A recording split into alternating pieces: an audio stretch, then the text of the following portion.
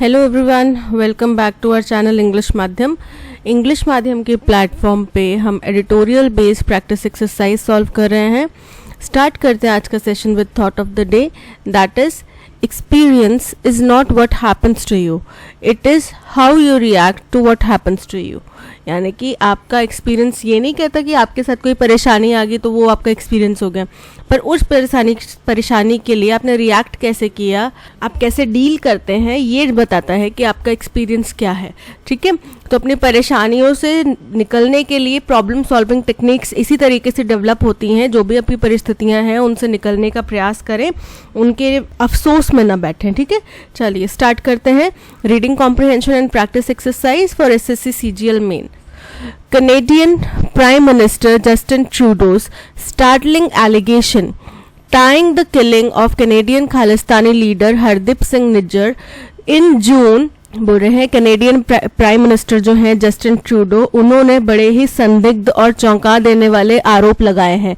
उन्होंने क्या कहा है? उन्होंने बोला है कि जो कनाडा के मूल नागरिक यानी कि कनाडा की नागरिकता वाले खालिस्तानी लीडर हरदीप सिंह निज्जर, उनकी जो हत्या है उसके तार उन्होंने जून महीने में हुई थी उनकी हत्या, उसके तार उन्होंने किसके साथ जोड़े हैं? To the agents of government of India marks a new low in their unravelling ties. उनने इल्जाम किसके ऊपर लगाया कि भाई जो इंडियन गवर्नमेंट के एजेंट्स हैं उनके लिंक डायरेक्टली इस हत्याकांड में जुड़े हुए हैं।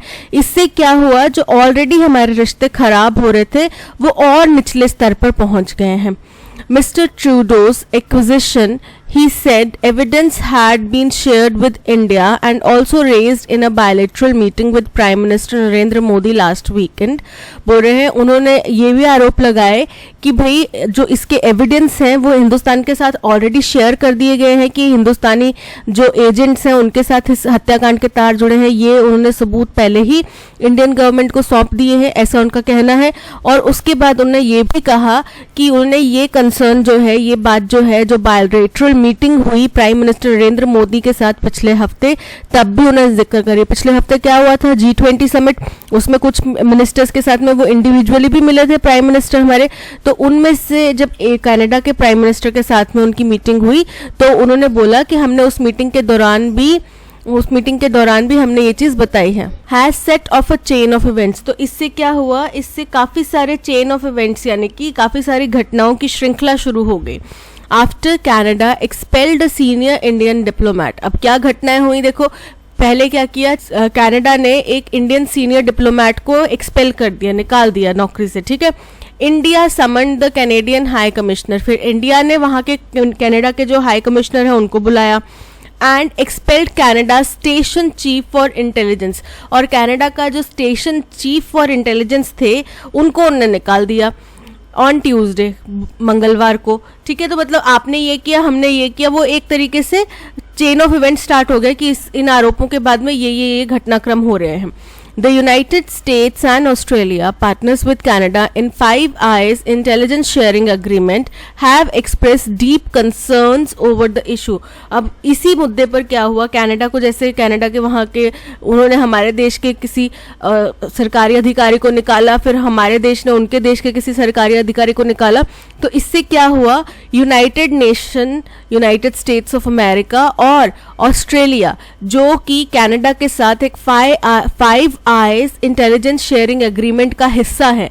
ठीक है, तो उन दोनों ने इस बात के ऊपर चिंता जाहिर करी है। ये जो कंसर्न उठा है, इशू उठा है, इसके ऊपर चिंता जाहिर करी है। The external affairs ministry has also accused Canadian diplomats of anti India activities indicating that more diplomats may be under scrutiny। बोल रहे हैं हिंदुस्तान की जो एक्सटर्नल अफेयर्स मिनिस्ट्री है उन्होंने कनाडा के और भी डिप्लोमैट्स के ऊपर क्या एंटी इंडिया एक्टिविटीज को प्रोत्साहन देने का, उन गतिविधियों में भागीदार होने का आरोप लगाया है, जिसके तहत ये साफ जाहिर होता है कि और भी ऐसे डिप्लोमैट्स होंगे जिनको जांच के घेरे में रखा जाएगा। while the Canadian government has spoken about the violation of the international rule of law। बोल रहे हैं हालांकि कनाडा की सरकार ने क्या किया है, उन्होंने जो इंटरनेशनल लॉज हैं उसके जो नियम हैं उनके उल्लंघन की बात कही है कि इंडिया ने उनका उल्लंघन किया है, एंड ऑफ कैनेडियन सोवरेनिटी, और कनाडा की संप्रभुता के ऊपर भी उन्होंने हस्तक्षेप करा है, ऐसा उन्होंने इंडिया के ऊपर आरोप लगाया है। Which could invoke other areas of confrontation, जिसकी वजह से और भी और भी मसलों पे क्या हो सकता है, डिसएग्रीमेंट हो सकता है, टकराव हो सकता है। Given the support Mr. Trudeau received from his political rivals in Parliament, remarks critical of India by leaders such as Parry, Poilievre and Jagmeet Singh बोल रहे हैं अब क्योंकि उनको वहाँ की जो पार्लियामेंट है उसमें उनके ऑपोजिशंस का भी सपोर्ट मिल रहा है। मिस्टर ट्रूडो को पार्लियामेंट में उनके ऑपोजिट जो पार्टी है, उनके ऑपोजिट जो कैंडिडेट्स हैं, उनका भी उनको सपोर्ट मिल रहा है, जिसके तहत इंडिया के लिए काफ़ी क्रूशल, काफ़ी क्रिटिकल रिमार्क्स इस्तेमाल किए गए, शब्दों का प्रयोग किया गया वहाँ के लीडर्स द्वारा। और कौन कौन लीडर हैं, उनके दो के नाम बताए गए हैं, पायरी पॉइलवेरे और जगमीत सिंह। इन दो लीडर्स के नाम बोले गए हैं कि इन्होंने, तो इन लीडर्स ने इंडिया के अगेंस्ट में काफ़ी अपमानजनक शब्द कहे हैं या रिमार्क्स, काफ़ी क्रिटिकल रिमार्क्स दिए हैं।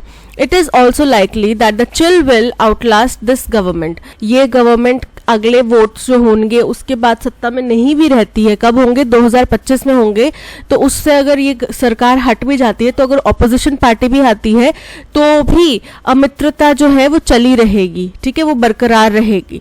Okay, Unlike with Pakistan, where such allegations, name calling and public confrontation have become routine, it is worth remembering that Canada is a part of Western NATO alliance।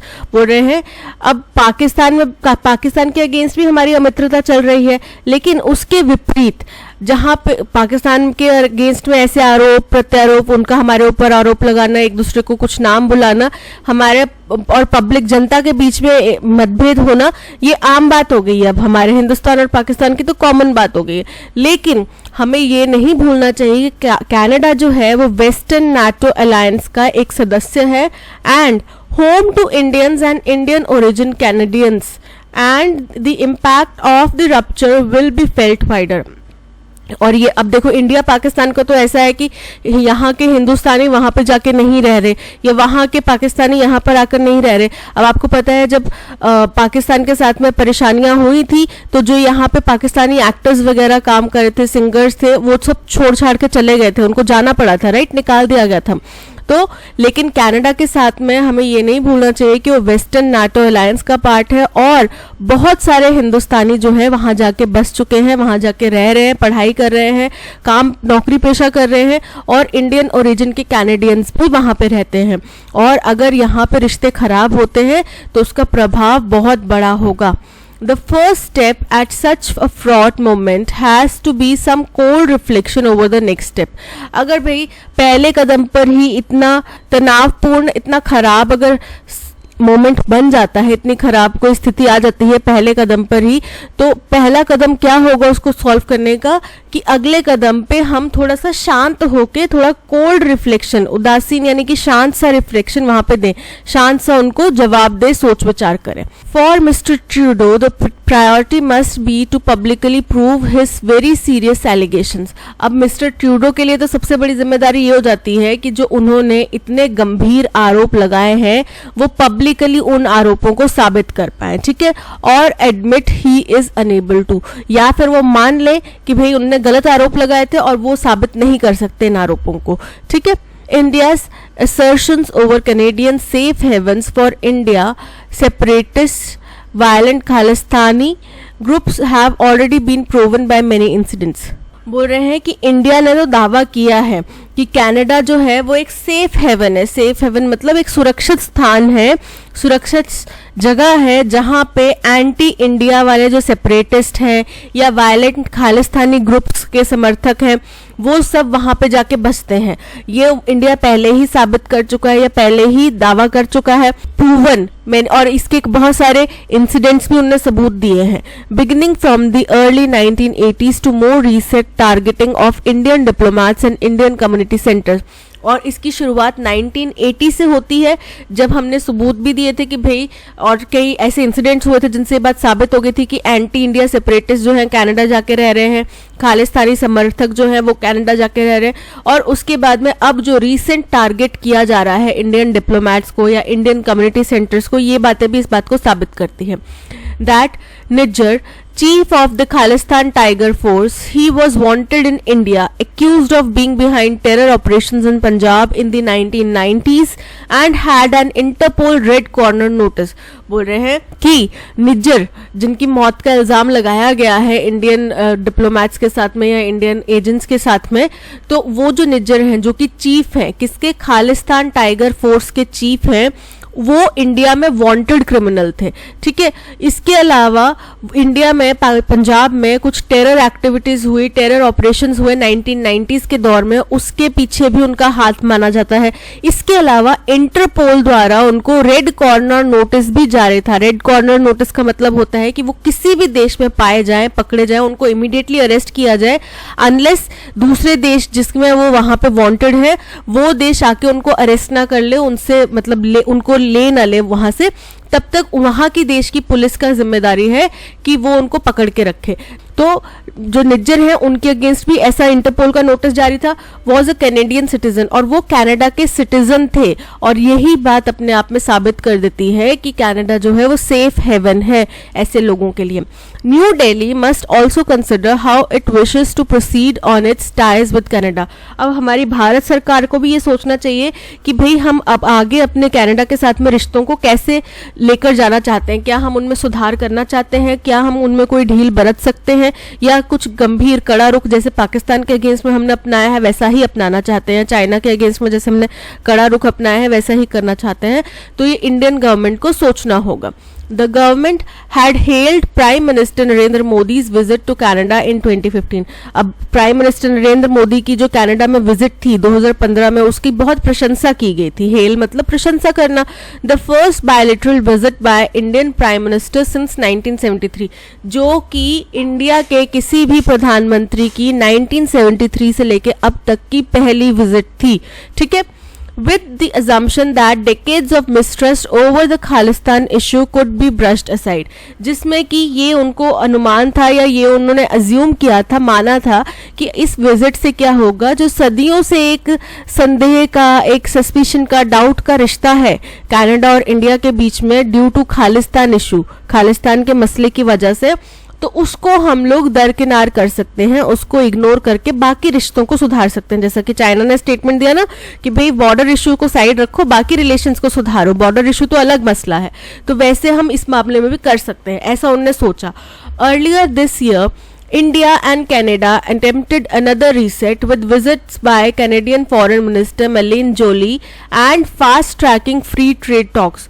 फिर इसी साल की शुरुआत में क्या हुआ, इंडिया और कनाडा ने एक और प्रयास करा अपने रिश्तों को सुधारने का, रीसेट करने का, और वो क्या था कि कनाडा के फॉरेन मिनिस्टर जो है मेलिन जोली, वो हिंदुस्तान आए, और जो इंडिया और कनाडा के बीच में फ्री ट्रेड की बातचीत है, फ्री ट्रेड होने की बातचीत है, उसको फास्ट ट्रैक किया गया, यानी कि जल्द उसमें जल्दी फैसला लेने के लिए कार्य किया गया। However, after the acrimonious Trudeau-Modi meeting on the sidelines of the G20, बोल रहे हैं, लेकिन ये जो बड़ी ही कटु, बहुत ही खराब जो ट्रूडो मोदी मीटिंग हुई है G20 के साथ में, and the latest allegations by mister Trudeau, diplomatic niceties are clearly at the end. तो बोल रहे हैं कि ये जो मीटिंग हुई है और फिर ट्रूडो ने हिंदुस्तान के ऊपर इस तरीके के जो गंभीर आरोप लगाए हैं, इससे साफ जाहिर होता है कि डिप्लोमेटिक बारीकियां जो है वो बहुत ही अब अंत स्तर पर पहुंच चुकी हैं, अब वो खत्म होने की कगार पर है। while the FTA talks have been put on pause, और जो FTA की फॉरेन फ्री ट्रेड पॉलिसी वाला जो एक एंगल था, उसकी बातचीत को भी रोक लगा दी गई है। ठीक है, based on the second paragraph, What tone does the author convey towards the current situation? अब सेकंड पैराग्राफ देखो, ये रहा सेकंड पैराग्राफ।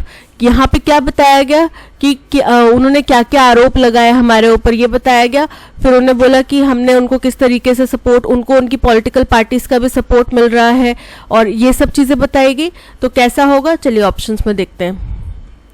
एंथुजियास्टिक उत्साहवर्धक तो नहीं था, रिफ्लेक्टिव रिफ्लेक्टिव मतलब कि जो असल स्थिति है उसके बारे में बताया गया, तो रिफ्लेक्टिव लग रहा है ये, है ना, इन्फॉर्मेटिव लग रहा है, रिफ्लेक्टिव लग रहा है, सरकास्टिक नहीं है, एम्बिगियस नहीं है, option B reflective is correct. What is the main theme of the passage?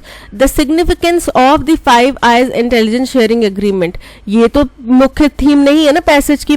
The impact of killing of Hardeep Singh Nijjar और NATO alliance, ऐसा भी नहीं है। The deteriorating diplomatic relation between Canada and India, option C is correct, कि हिंदुस्तान और Canada के जो खराब होते डिप्लोमेटिक रिश्ते हैं उनके बारे में हमने यहाँ पे चर्चा करी। Which of the following would be an appropriate title for the passage? The historical rule of Khalistani groups in India, नहीं। The influence of Five Eye का इसमें ज़्यादा जिक्र नहीं है। India and Canada, a friendship turned sour, तो ये भी करेक्ट है कि हिंदुस्तान और कनाडा के बीच में जो दोस्ती की शुरुआत हुई थी वो अब खट्टी हो गई है, कड़वी हो गई है, ठीक है। Which of the following can be inferred about the relationship between Canada and India based on the passage? बोल रहे हैं इनमें से कौन सी बात है जो इंडिया और कनाडा के रिश्तों के बारे में कही जा सकती है पैसेज के अनुसार। The ties between the two countries have always been strong. Strong तो नहीं रही है, 1973 के बाद पहली बार 2015 में कोई प्रधानमंत्री वहां गया था, तो स्ट्रॉन्ग कैसे हो सकती हैं। इससे ज्यादा स्ट्रॉन्ग तो चाइना और पाकिस्तान के साथ में है, जहां पे बीच बीच में बातचीत तो होती रहती है कम से कम। The accusations by Canadian Prime Minister Justin Trudeau have led to diplomatic tensions between India and Canada. Option B is correct. Which statement is not correct based on the given passage? इनमें से कौन सी statement है जो correct नहीं है? Justin Trudeau made allegations tying the killing of Hardeep Singh Nijjar to the government of India. ये तो correct है, उनने ये allegations लगाए इंडिया के ऊपर। The United States and Australia have expressed indifference. उन्होंने बोला कि हमें कोई फर्क नहीं पड़ता, तो ऐसा नहीं है, उन्होंने कंसर्न जाहिर करा है, इंडिफरेंस नहीं जाहिर करा, तो ऑप्शन बी करेक्ट है क्योंकि ये स्टेटमेंट जो है इनकरेक्ट है। Select the option, one word substitute करना है। A person who does not drink alcohol. अब वेजिटेरियन मतलब वो व्यक्ति जो शाकाहारी भोजन खाता है। कैलिबेट मतलब कि अविवाहित व्यक्ति जो शादी वगैरह के जो संबंध है उससे बचता है, उसको नहीं करना चाहता। एब्सटेन मतलब उससे दूर रहता है। टिटोटलर मतलब वो व्यक्ति जो शराब नहीं पीता है।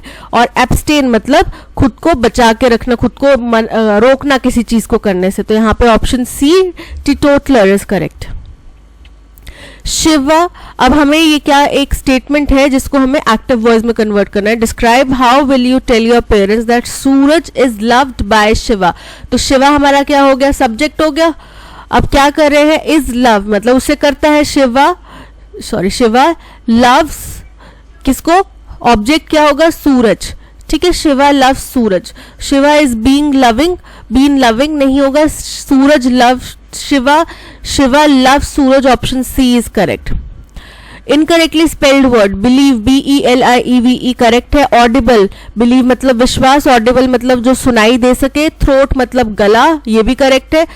प्रोनाउंसिएशन नहीं होता, प्रोनाउंसिएशन होता है, जो हम बोलते भी है ना प्रोनाउंसिएशन कि कई बार इंग्लिश ग्रामर की करेक्शन की बात आती है, तो सबसे पहला यही उदाहरण आता है कि अभी तक हम बोलते हैं pronunciation, but it is not pronunciation, it is pronunciation.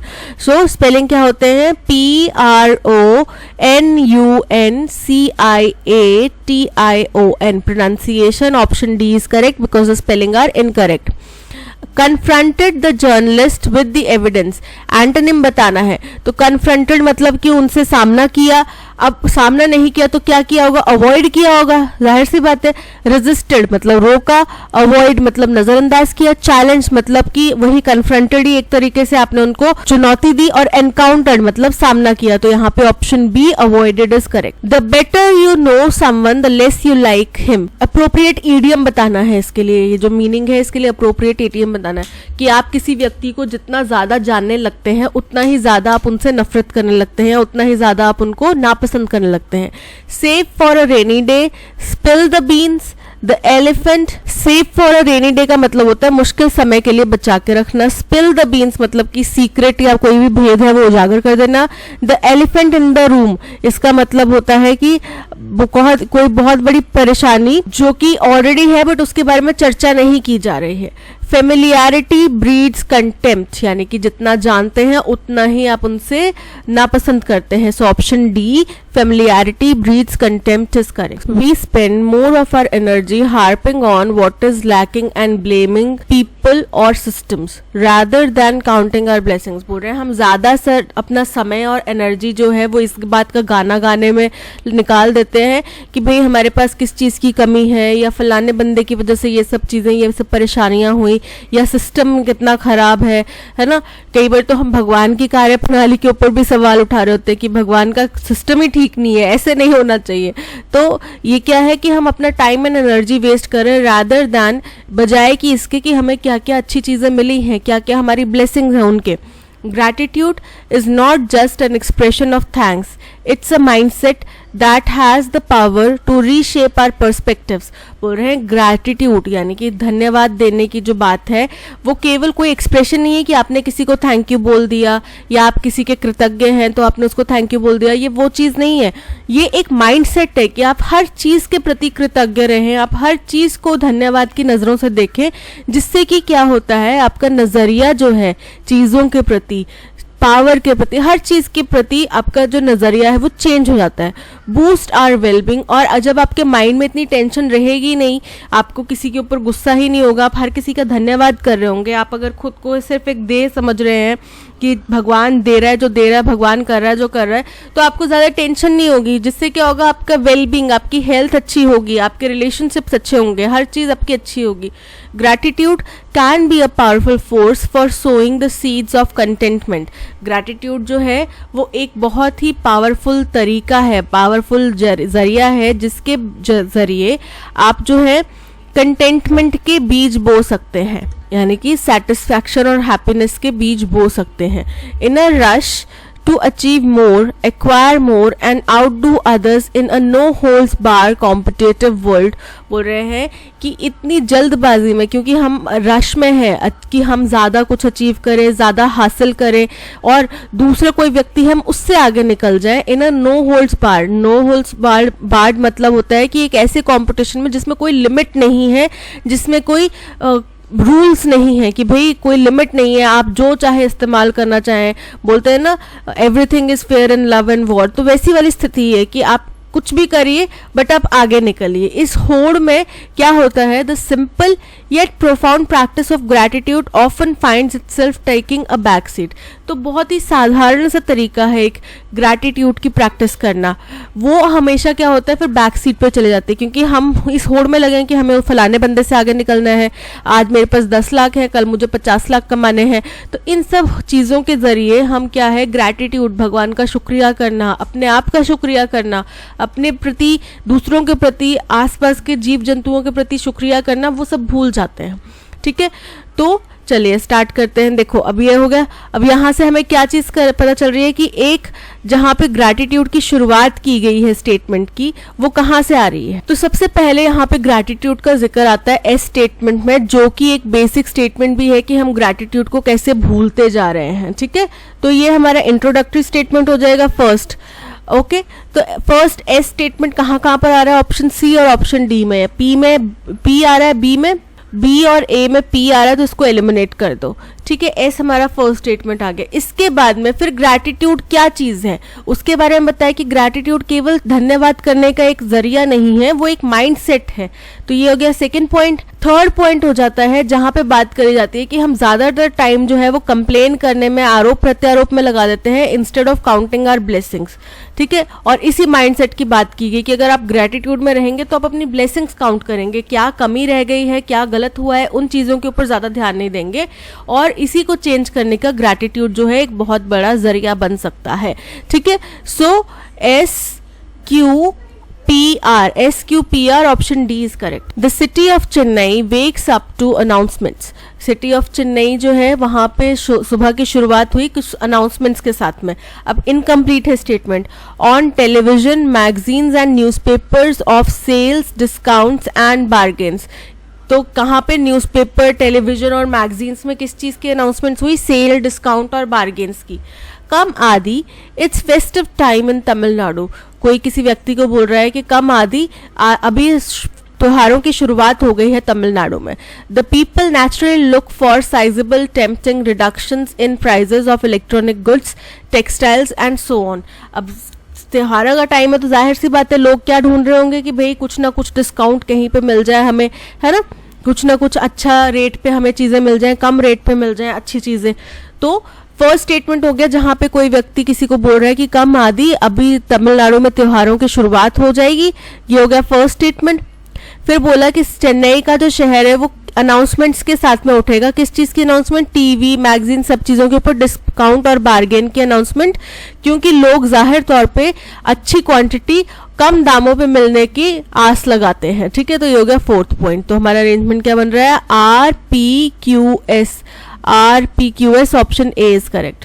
Why does our mind rake up old memories and relive the past? बोल रहे हैं क्यों हमारा माइंड जो है वो पुरानी यादों को तरोताज़ा करता है और फिर पास्ट को दोबारा से याद करके उसमें जीता है, ऐसा क्यों होता है? It helped me though to rewind to very early 1980s when the city central library formed an integral part of our daily lives। बोल रहे हैं लेकिन इन्हीं यादों ने मुझे उस समय पे पहुंचा दिया, उस समय की याद दिला दी जब 1980s के दौरान में शहर की जो सिटी सेंट्रल लाइब्रेरी थी वो जो है हर एक व्यक्ति के जीवन का एक बहुत महत्वपूर्ण आंतरिक भाग बन चुकी थी। क्यों? क्योंकि उस ज़माने में लोगों के पास टेलीफोन्स वगैरह नहीं होते थे। आप ये अभी की दुनिया को छोड़ के देखिए, हम लोगों को आज लाइब्रेरी मिलना मुश्किल हो जाता है, उस टाइम पे बेसिक सोर्स ही लाइब्रेरी था इन्फॉर्मेशन का या फिर कुछ इंटरेस्टिंग करने का बच्चों के लिए या स्टूडेंट्स जो थे उनके लिए।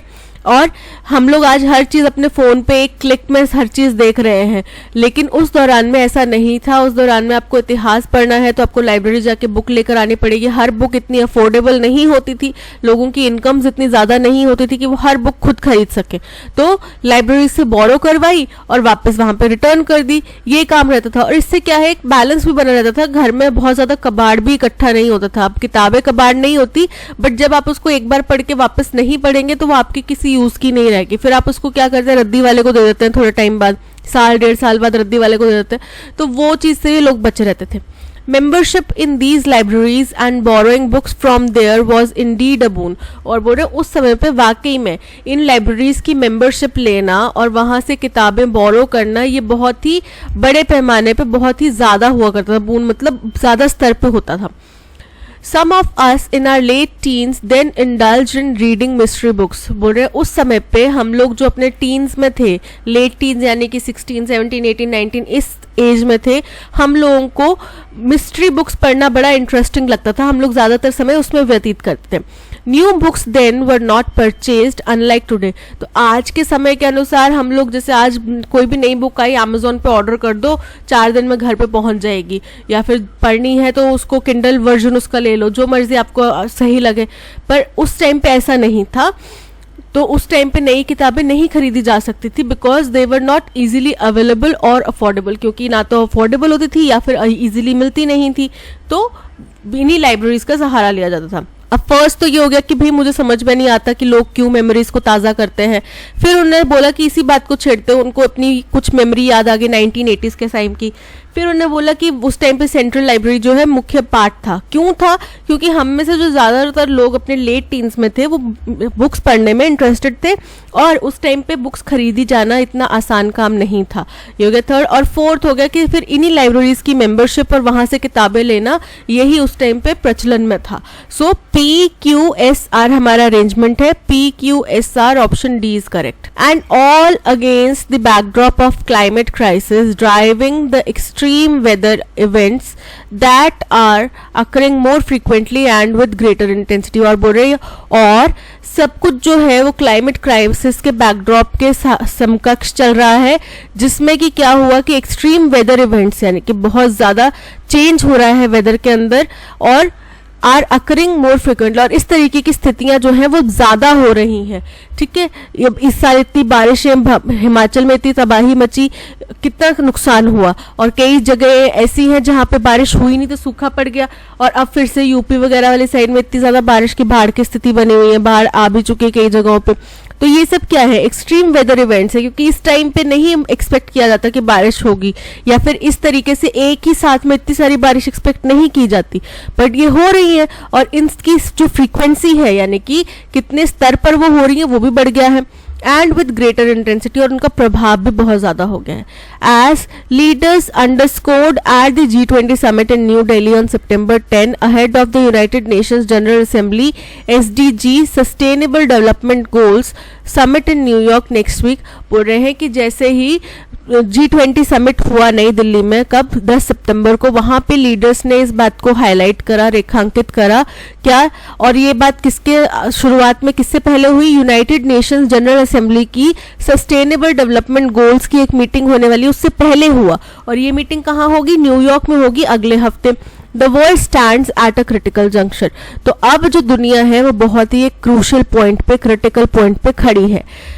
The aftershock of COVID-19 pandemic combined with the polycrisis of war, debt and food insecurity are putting our collective ability to cope to the test। बोल रहे हैं कि जो COVID-19 के बाद में, पेंडेमिक के बाद में जो आफ्टर शॉक्स लगे, और साथ ही साथ जो मल्टीपल क्राइसिस हुए, वॉर के, कर्ज के, फूड इनसिक्योरिटी के, इन सब चीज़ों ने क्या किया है हमारी दुनिया को कि भाई अब बताओ तुम इससे कैसे निकल सकते हो, एक साथ मिलजुल के अब बताओ इसको कैसे निकल सकते हो, कैसे इससे डील करोगे।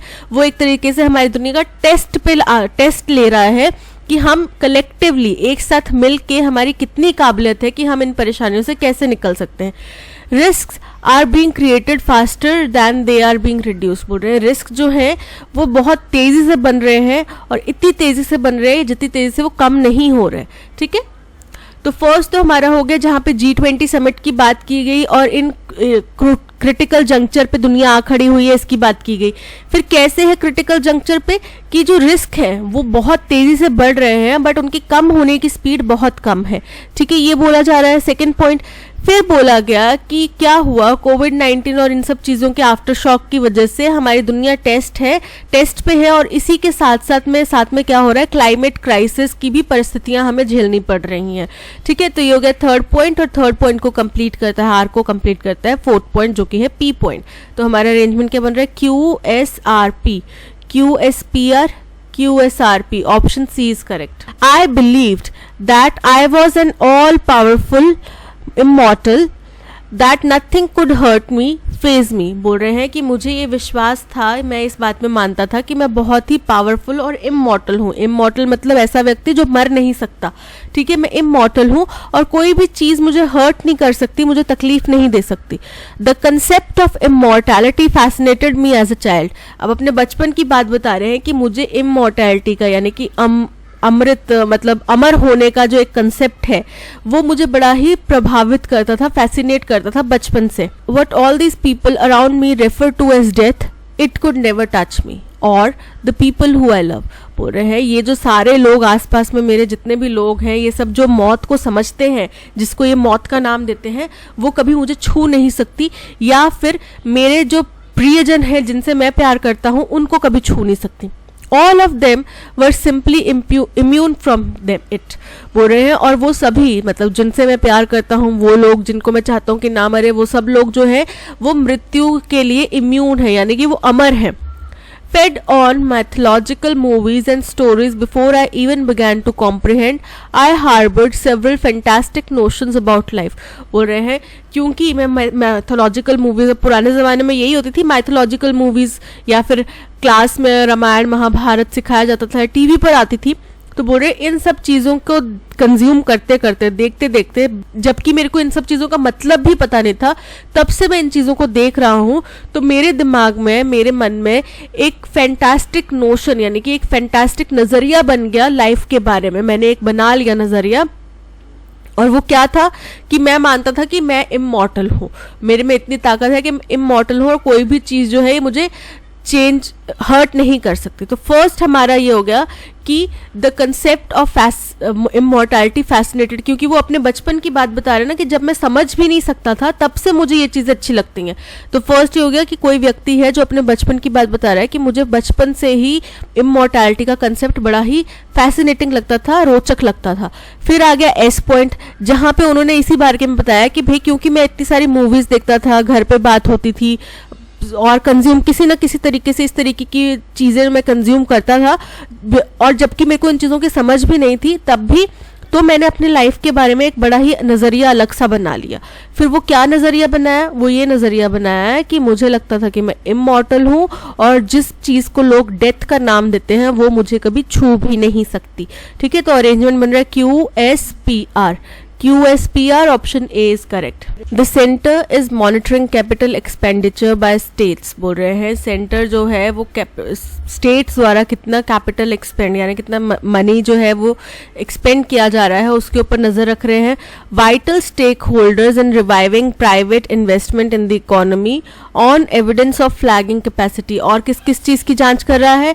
वो जांच कर रहा है कि जो ज़रूरी स्टेक होल्डर्स यानी कि ज़रूरी जो इसमें भागीदार हैं जो कि इस प्राइवेट इन्वेस्टमेंट को रिवाइव करने में, इकोनॉमी में प्राइवेट इन्वेस्टमेंट को रिवाइव करने में भागीदार होते हैं, या फिर उन एविडेंस के ऊपर जो कि इसकी फ्लैगशिप कैपेसिटी को जांच सकते हैं। ठीक है, GOI has accelerated its capex budget since the pandemic with matching allocations for state but has found greater slippage in their ability। बोल रहे हैं गवर्नमेंट ऑफ इंडिया ने, GOI मतलब गवर्नमेंट ऑफ इंडिया, उन्होंने बोल रहे हैं तेज कर दिया है, अपना कैपेक्स बजट बढ़ा दिया है जब से पैंडेमिक आया है तब से, और उसी के साथ में मैचिंग एलोकेशन स्टेट्स के लिए भी उन्होंने किए हैं। बट हैज़ फाउंड, लेकिन उन्होंने पाया है कि इसमें कमी है, बहुत बड़ा स्लिपेज है उनकी क्षमता में। एबिलिटी टू एग्जॉस्ट बजट की मतलब उनकी जो क्षमता है कि भाई बजट जो है अपनी मिनिस्ट्रीज के अंदर या अपने डिपार्टमेंट्स के अंदर ही खत्म हो जाए, इसमें बहुत बड़ा स्लिपेज है। ठीक है, States as a block have improved their fiscal balance over the past couple of years। बोल रहे हैं स्टेट्स ने एक ग्रुप के तौर पे अपना जो फिस्कल बैलेंस है पिछले कुछ सालों में काफ़ी बेहतर किया है।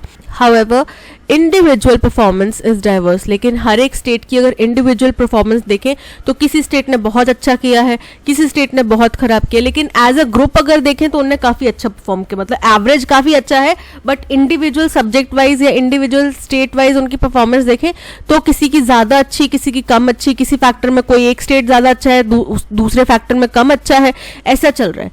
States have improved their revenue position largely on account of stable GST collections and robust devolution from the center on direct taxes।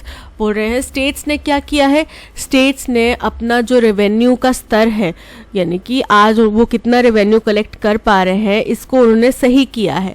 ठीक है, उन्होंने अच्छे स्तर पे पहुंचाया है इसको, और साथ ही साथ उन्होंने क्या चीज़ करी है, अकाउंट ऑफ, और कैसे किया है उन्होंने जो स्टेबल GST, अब GST में बढ़ा चढ़ा तो नहीं सकते, वो तो सभी स्टेट्स का सेम ही है, तो बोल रहे हैं जो GST है स्टेबल, उसके कलेक्शन से उन्होंने ये चीज़ हासिल करी है। और उन्होंने क्या करा है, रोबस्ट डिवोल्यूशन, डिवोल्यूशन मतलब सेंटर से पावर लेके उन्होंने अपने पास ली है। ठीक है, और किसके ऊपर, डायरेक्ट टैक्सेस के ऊपर, तो उससे भी उनको फायदा हुआ है। States however are less dash at altering their revenue capital expenditure mix, लेकिन स्टेट्स जो है वो क्या नहीं कर पाए, वो किसी चीज़ में कम प्रभावशाली है या कम सूक्ष्म है या कम उनके अंदर पावर कम है, किस चीज़ में, कि वो अपना जो रेवेन्यू कैपिटल एक्सपेंडिचर का मिक्स है उसको चेंज कर पाए, इसमें वो कम साबित हुए हैं। Where dash have been made to bigger capex fiscal headroom gets in a way. बोल रहे हैं जहाँ पे कुछ किया जा रहा है, ठीक है, कोई एक्शन लिया जा रहा है, हैव बीन मेड किसके लिए, बिगर केपेक्स के लिए बनाया गया है फिस्कल हेडरूम, यानी कि जितना उनके पास बजट है, जितना उनके पास पैसा है वो उनके रास्ते में आ रहा है, यानी कि ज़्यादा केपेक्स के लिए उनको फंड्स की ज़रूरत है और वो एक रुकावट है। चलिए चलते हैं, फर्स्ट तो हमें पता ही है कि टू आएगा। ठीक है, क्यों, क्योंकि यहाँ पे बोला गया है their ability to exhaust budget, कि वो बजट को अपनी ही मिनिस्ट्रीज के अंदर ख़त्म कर दें, इस चीज़ में कुछ गड़बड़ी पाई गई है। ठीक है, गड़बड़ी हुई है, तो to option B is correct. आगे चलते हैं, states have improved their revenue position largely on the account of stable GST collection and robust devolution from the centre on dash direct taxes on. पहला है रिच, रिच मतलब काफी ज्यादा पैसे वाला, क्वेश्चनेबल मतलब डाउटफुल, इम्प्रॉपर मतलब कि अनसूटेबल, और buoyant means robustness, being in a state of robustness और एंथुजियाज्म। तो यहाँ पे डायरेक्ट टैक्सेस के बारे में बोला जा रहा है, centre on buoyant direct taxes, buoyant direct taxes, so option D is correct. however are less dash at altering their revenue capital expenditure mix.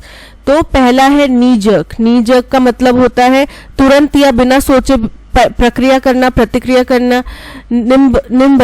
Nimble का मतलब होता है तेज या आसानी से अधिकार कर सकने वाला. शैम्बोलिक इसका अर्थ होता है अव्यवस्थित. और टार्डी मतलब होता है धीमा या देर से. तो यहाँ पे आर लेस निम्बल यानी कि कम उनको आसानी या तेजी नहीं हुई है, उनको ज्यादा आसानी से नहीं कर पाए हैं, ज्यादा तेजी से नहीं कर पाए हैं वो ये चीज.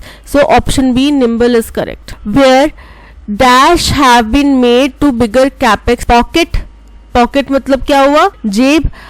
कमिटमेंट्स यानी कि जो हमारा वादा है या प्रतिबद्धता है उसकी बात करी जा रही है.